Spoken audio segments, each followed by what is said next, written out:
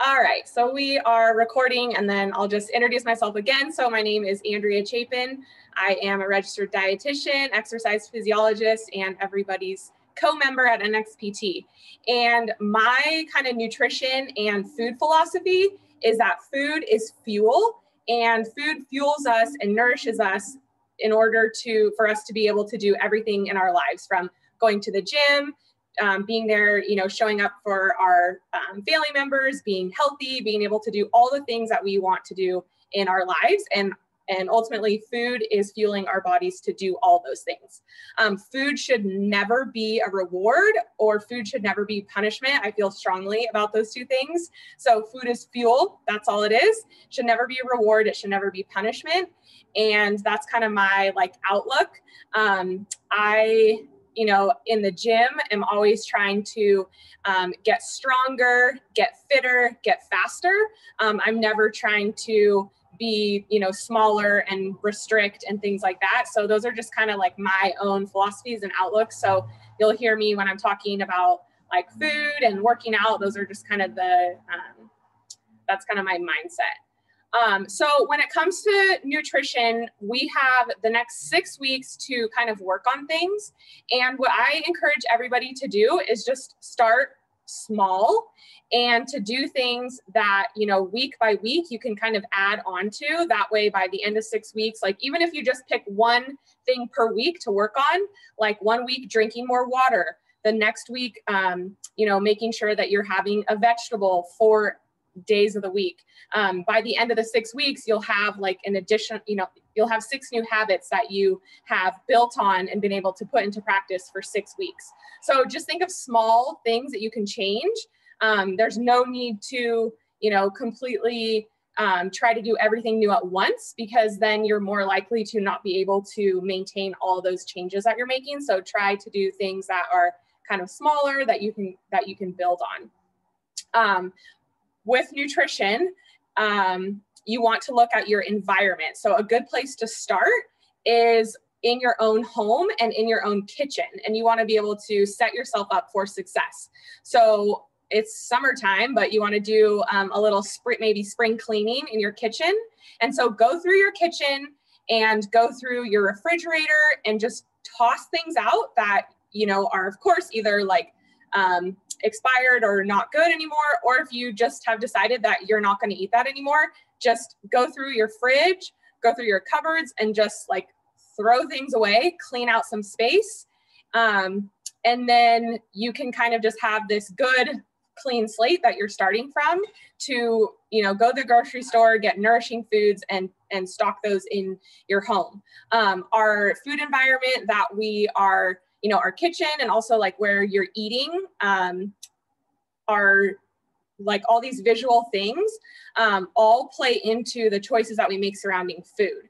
So if you have clean countertops with maybe just a fruit bowl, or clean countertops with just a water bottle, or just, clean countertops is better than having chips and snacks and, foods that you don't want to eat as often, because if they're out in the open, then you are going to, have access to them and be more likely to eat them. Let me close my window. It's super loud.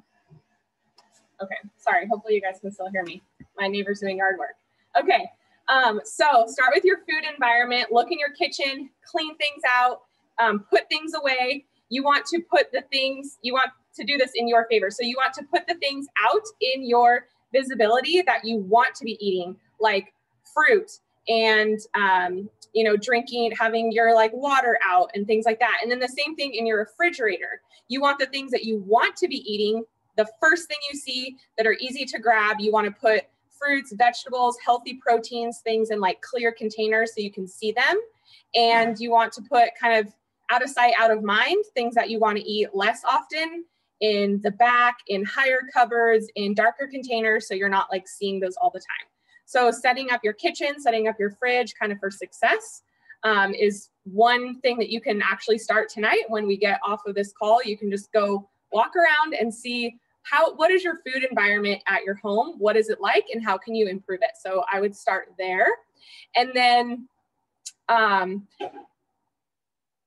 Meal planning, writing grocery lists, you have, you know, the most control when you go to the grocery store, are purchasing your own foods, and then you're making your own food at home versus eating out, because they put, you know, you don't have control over all the ingredients. They put a lot of like fat and salt in, you know, the cooking methods. And so just eating at home versus eating out is a huge way to make positive, healthy changes if you're not already doing that. And it all starts with kind of like meal planning, mapping out, you know, doesn't have to be the whole week, but maybe just a couple of days at a time. Like, okay, what do the next couple of days look like? I'm going to eat, you know, I'm going to need to get things ready for like 3 days of breakfast, 3 lunches, 3 dinners, and then also having some snacks in there, and kind of seeing how many meals you know, need to plan for, looking and seeing what you have on hand already, writing out your like grocery list, going to the store with a grocery list, and make sure that you're not hungry, because what happens when you go to the grocery store and you're starving and you don't have a plan is all these extra things end up in your cart.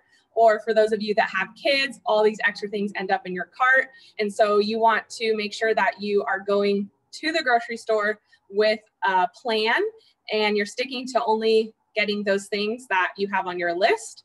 And that is, those are the only things that you're going to buy. For the grocery store, I recommend going when you're not hungry, and also when you have like the time and energy, because when we're exhausted, we like have to make decisions all day long, and we get what's called like decision fatigue. So if you're in the grocery store when you're tired, or you're in a bad mood, or you just don't have like the mental capacity to be there at that moment, you're more likely to make less healthy decisions on the things that you're putting in your cart. So go to the grocery store when it's like a good time for you. I personally like going, I feel like in the morning, because it's like less crowded, because also when grocery stores are really crowded, that is, you know, just makes it more difficult. So going when you're like in a good kind of energy, and then when you get home, put things away and do any meal prep that you can, like right when you get home from the grocery store, if you have time. So even if that's just separating things into different containers, or rinsing some fruit and having it ready to go on the counter, or in the refrigerator in clear plastic or clear glass containers so that you can see it. I have an Instant Pot, and I have this insert that I got from Amazon, and I can hard boil 18 eggs in 5 minutes in my Instant Pot. And so we eat a lot of eggs. We buy the big, you know, flat of eggs, and I hard boil like 18 eggs at a time, and just have hard boiled eggs sitting in the fridge for snacks. I also buy the individual, like the string cheese. And when I get home, I cut the top off of the package, and I actually separate the packages so that it's like that easy just to grab it as a snack and just have it ready to go. So even things like that, where it's like so simple, is making it easy for you when it comes the time to go grab a snack or go eat. Hard-boiled eggs, I've seen them in the grocery store. They actually sell hard-boiled eggs pre-hard-boiled. I don't know if you guys have seen that in the egg section, but if you don't even want to hard-boil eggs at home, you can just buy them already hard-boiled at the grocery store. Okay, another person joining in. So those are kind of the initial things that I would recommend. So checking out your food environment, checking out your kitchen, and then kind of starting to plan ahead for your meals. So if anybody kind of has questions about any of those things that I said, feel free to either unmute yourself and ask a question. You can also type your question in the chat box. And then the next thing that I kind of want to go over is your body composition scan that hopefully everybody has signed up or even got their scan already this weekend, and kind of talk about the main things on the report from the body composition scan that you will want to look at. So the scan that we have at NXPT is super cool, because you just create your account online, and then every single time you get a scan, your results or the data from the scan shows up, and then subsequent scans, you can compare the information. So you can see like what the change has been over time, which is super cool. With body composition measurement methods, there are a lot of different ways to do it. And it doesn't really matter which method you choose. You just want to pick one and stick with it. So, and that goes with like body weight scales as well. So if you have like a scale at home in your bathroom, you can only compare that weight to that weight from that same scale. You don't want to compare your scale at home to your scale at the doctor's office, to the scale at the gym, to the scale at your friend's house. You want to make sure that you're always comparing these body composition measurements with using the same tools, the same devices, and just tracking changes over time. Every method, especially with the body composition, when it's breaking down what percentage of your body is muscle, what percentage is your like skeleton organs, what percentage is water, what percentage is fat.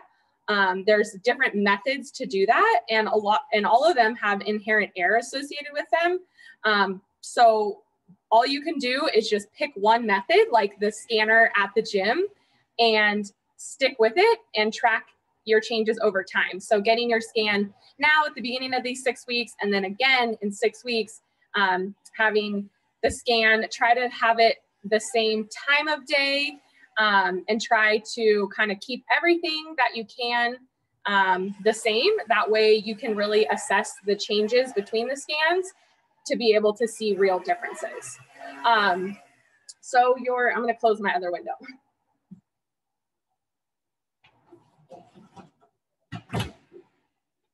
Okay, hopefully you can hear me better, sorry. Okay, so when you get your scan, you're gonna get a lot of information. You're gonna get your total body weight, which is just your body's mass, which is the resistance against gravity. It's just a number. It doesn't tell us a whole lot. It's just, your total body weight. What we really care about, or what I care about most, is how much muscle mass you have. Muscle is precious tissue. It is the most metabolically active tissue. It is so important for our daily function and our metabolic health and just our overall, life on this earth. So I am most interested in our muscle content on those body scans. It's also going to give you body fat percentage, which I know most people are quick to look at that as the first thing, but I would encourage you to pay more attention this challenge to the amount of muscle you have and focus on building that and getting stronger. You'll see the body fat on there. You will also see under, I believe it's under the wellness section, you'll see what's called your basal metabolic rate. And it's a number, it's probably gonna be, or I'll just give an example. Mine is about 1,400 calories. And so this number is the amount of calories that your body needs just to be alive. So every single process in our body requires energy. So it takes energy for our heart to pump blood, for our lungs to breathe, for our kidneys to filter blood. Everything requires energy. And so that basal metabolic rate is just the amount of energy that our body needs just on a basal or basic level. So that doesn't account for the energy that our body needs to move around all day, go to school, go to work, go to the gym. And so essentially what that means is that number of calories, you should never, ever, ever eat less than that, because that's just the amount of energy that your body needs to just do its basic physiologic functioning. Then what you can do is, once you know your basal metabolic rate, you can go onto the website and download the PDF. That's the calorie calculator worksheet. And it takes you step by step on how to calculate an estimated amount of calories that you should be consuming on a daily basis. So, what are calories? How do we get them? What do we do with that information? I recommend downloading a food tracking app. You could do it by like paper and pencil, by like looking at nutrition facts labels and writing down what you're eating and kind of tally it up at the end of the day. But Super easy now. They have apps for that. Probably the most popular one is called MyFitnessPal, and you can actually just scan barcodes of food. So let's say, for example, you have a Greek yogurt in the morning. You can just take your phone and scan the barcode on your Greek yogurt, and it automatically uploads your Greek yogurt into your food diary for that day. And you'll do that with all the foods that you're eating. You can enter in foods if there's no label on the food. And remember, some of the healthiest foods don't have a label, right? Like fruits and vegetables and lean meats. And so you can also search, you know, you can put in like zucchini or bell pepper and it will also come up. And that way, when you're tracking your food, the purpose of that is to, number one, make sure that you are eating more than that basal metabolic rate, and kind of get an idea for how much energy is in different foods. You can also kind of just bring awareness to what are you eating? Like, wow, I'm really eating a lot of packaged foods. Maybe I'm going to swap out all of these packaged snacks that I'm eating for more whole foods like carrots and hummus, or celery and peanut butter, hard-boiled eggs, you know, beef jerky, and things that are, you know, more wholesome. So tracking your food is a good kind of self-assessment tool to just bring awareness to what you're eating. And then you can kind of make adjustments from there. You can also focus on certain nutrients. Like, for example, protein is really important, and it's important to get about 20 to 30, maybe 35 grams for our bigger guys, grams of protein, like per meal. And so you can also see like how much protein is, how many grams of protein are in foods. And then when you're logging your food in MyFitnessPal, you can kind of see like per meal, okay, like I'm really aiming to get enough protein at breakfast or get enough protein after my workout. And so you can kind of look at individual things like that. Question we have is, where is the worksheet for figuring out the calories? So you're going to go to nxptfit.com. You're going to log in, because this is for the members that are in the challenge. And there's like a drop-down menu, and you're going to go to nutrition. And there's all these PDF worksheets that are linked there. And so you should see the one that is, I think it's like calorie, I don't know the exact name, but like calorie worksheet. And if you still can't find it, then you can email me and I will send it to you and help you get it. I'll put my email on here. Yeah. Okay. What other questions do you guys have? I kind of talked a lot. I want to hear from you. So you can either unmute yourself and ask a question, or maybe you can share something that is a positive change in your nutrition that has been useful for you. Any like meal tips, tricks, snacks, anything like that. I'd love to get some feedback from you guys. Yeah, Ben. Yes, you know, I looked on YouTube, and I use the pressure cooker method too to make my hard-boiled eggs. Yeah. And, yeah, that's what I've been doing consistently for quite a while now, is eating 3 hard-boiled eggs a day, and also egg whites on the side with it. You know, and you buy those cartons from Costco, you pour it in. Yeah. And you know, I just want to hear your opinion on, is eating too many eggs, is that bad? Yeah, I get that question a lot, because over like recent years, there's been, you know, things with trends in nutrition. It's like eggs are good, eggs are bad, butter's good, butter's bad. And like all these news articles just kind of like grab onto all these headlines, and it's really confusing for the consumer. So kind of the short answer is like the amount of eggs that you're eating per day is perfectly fine. And then the longer answer is, it's never just one food, right? So it's your whole complete diet.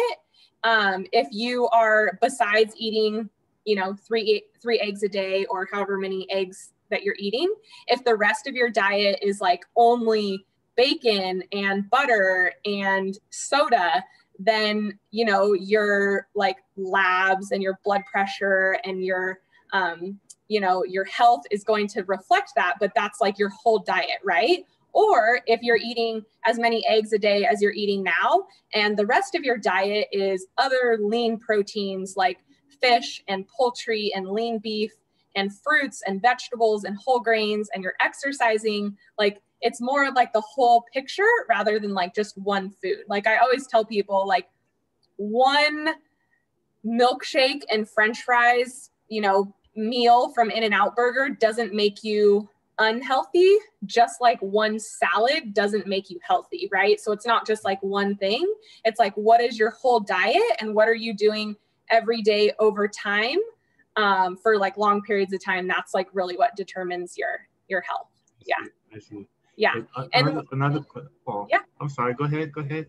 Oh, I was just going to say with the liquid egg whites, what I like to do with those cartons from the grocery store is like chop up vegetables. You can even chop up like potatoes or rice and put them in like muffin tins and then pour the liquid egg whites over them and then put the muffin tin in the oven and bake them. And then you get these like little egg cups with like the veggies and if you want like potatoes or rice or something like that in there, and those are good little snacks too. Awesome. And another question is let's say you're working out but you're not eating enough calories. Is that because you know the last couple of challenges I didn't go up but it go down, just stayed the same the whole way. Yeah. So I don't know, I want to see some changes. So it kind of depends. Yeah, so it kind of depends on what your goal is. It takes a lot of energy to build muscle. Like it takes a lot of calories. So you have to have a stimulus, which would be the workout, right? Because you need to put stress on your muscles, enable for them to get stronger or get bigger. And so you have to put stress on them and then recover, and then put more stress on them and then recover, and then even more stress. And that's kind of the progressive process of getting stronger and building muscle. And then you need the right nutrition to support that. So you need nutrition. I always like to say kind of like sandwiching your workout. So, you know, you want to have a little something before. Of course, it depends on the time of day you're working out. If it's super early in the morning, not everybody can stomach anything before that. And then you want to try to have nutrition after your workout as well, like usually within an hour to 90 minutes. And having, you know, nutrition surrounding or sandwiching your workout. And then also having meals, snacks, you know, throughout the day.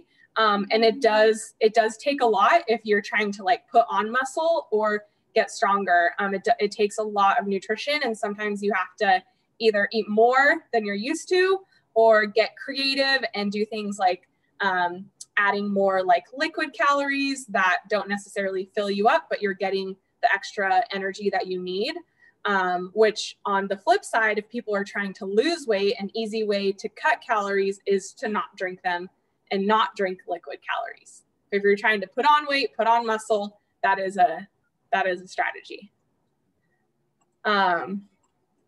Okay, and then some other questions. Does that answer your question?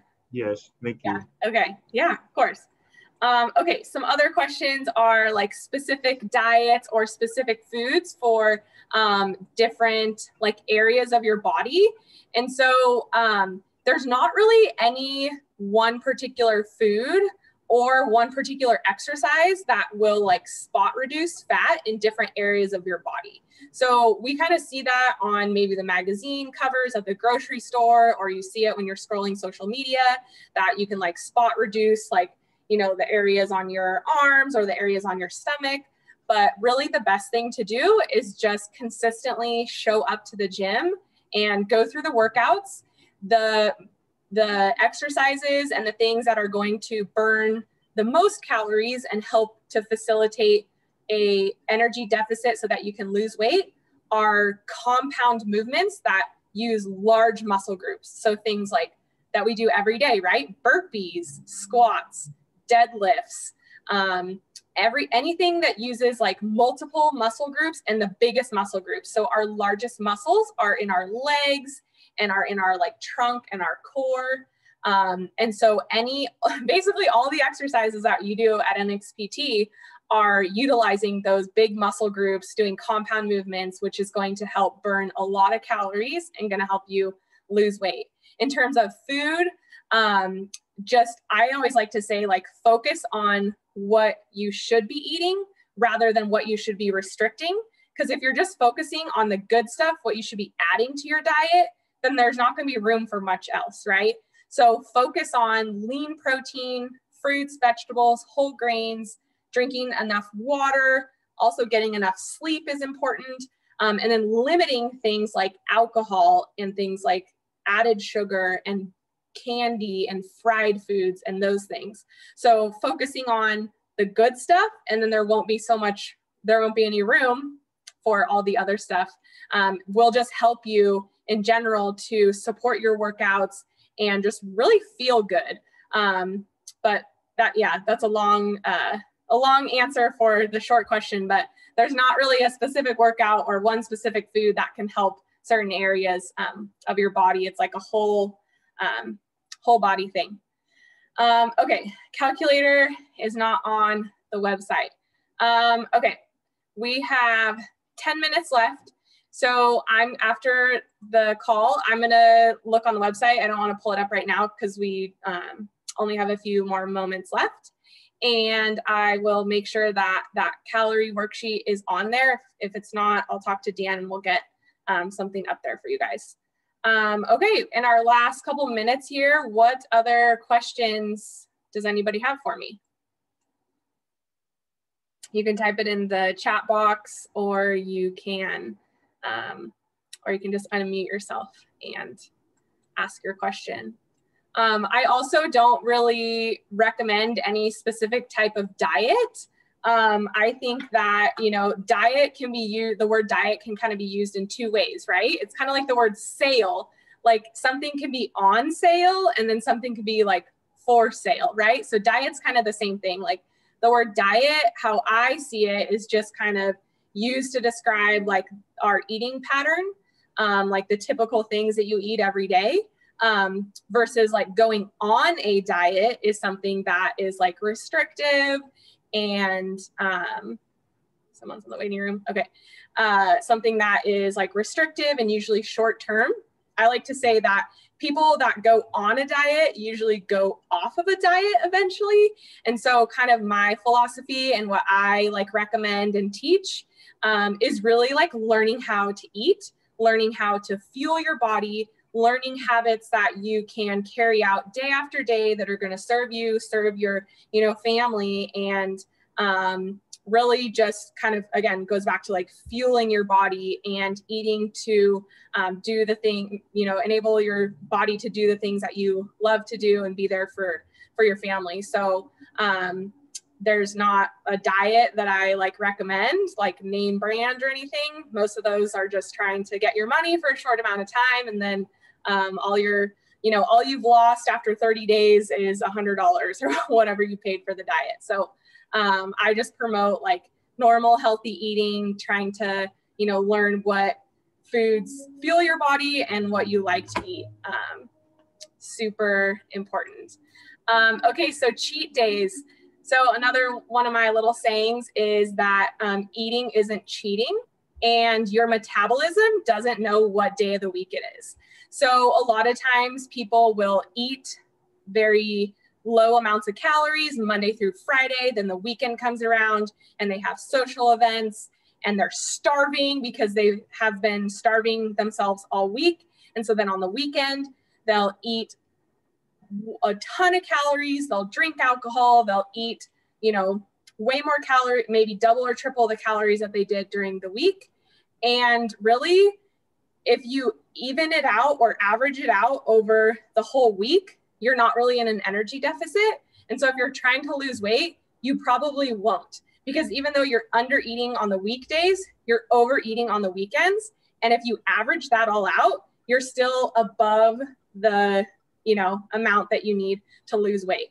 So first and foremost, eating isn't cheating. You need to think of eating and nutrition as like fueling your body and not restricting or depriving your body.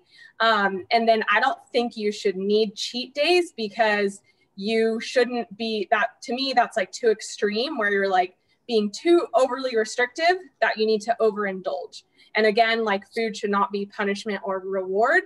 So, you know, you need to find out like what's the happy medium, or of like what are some healthy habits that I can implement and you know, do things that are better for me, like drinking more water throughout the day, and, you know, not having dessert every night, but maybe just twice a week. And, you know, making just healthier choices every time you're eating is an opportunity to fuel and nourish your body. And so just making like smaller kind of changes and just, you know, improving your choice by choice, and that will eventually add up. Okay, so cooking tips. So the awesome thing about the day and age that we live in is there's so much online. There's a lot of good, there's also a lot of bad, but there's a lot of good resources out there, especially on like YouTube. A couple like magazines, and there are also websites and YouTube channels that I like are Cooking Light. And also there's a magazine called Eating Well that is written by 2 dietitians that are also you know, well-versed in culinary nutrition. And I would just kind of start perusing. I also like the website Ambitious Kitchen. She has a lot of good recipes, and just like there's cookbooks and YouTube channels and all of this. You're going to want to look for, you know, people that are not like preaching one certain diet or one certain lifestyle or anything that's like really restrictive. But there is a lot out there, and you can kind of just browse through and find like they make those really cool cooking, like instructional videos on YouTube where they're, you know, like throwing in all the ingredients and they like show you how to do it, which is cool. My recommendation, if you're looking to like try a new recipe or try out something new, is read the recipe in its entirety before you decide to make it, and make sure that you have everything on hand. That's one of the things that I really like about the Eating Well magazine, is that I feel like they use very standard ingredients, and it's not like, you know, these random things I've never heard of before. You know, you need like one pinch of something and you have to, you know, go try to find that. So, you know, read recipes all the way through, look at the ingredient list, think, are those things that you already have on hand, or can you substitute something, or do you need to go out and like buy a whole bunch of, you know, new ingredients? But check out YouTube and those websites, because those are really cool, and just start small. You can even do things like, you know, like having shortcuts. So maybe you are preparing like your protein for your meal, but then you're using like frozen veggies, or you're using one of those bag salads or something like that. So you don't have to cook everything from scratch. Like you can use these shortcuts to kind of put your meal together. So awesome questions. Thank you, everybody. We just have a couple more moments left. So if anybody has any other questions, you can throw them in the chat box. I've also put my email in there. So you guys, if I didn't answer your question, or if you think of something later, you can always email me and ask me, or of course you can come up to me at the gym, introduce yourself. I love seeing everybody's faces and meeting everybody that is in our awesome gym community. So thank you. And we are going to be right here on Zoom next Sunday. The date is going to be August 8th, and they'll be at the same time at 7 p.m. So just thanks again. And I will check the website for the calorie calculator worksheet and make sure that that is on there for you guys. And if not, I'm going to talk to Dan tomorrow and get that up there. All right. Enjoy the rest of your evening, everybody. And I'll see you in the gym, or see you next week. Bye, Andrea. Thanks, Thank you. Andrea. Bye. Thank you. Good night.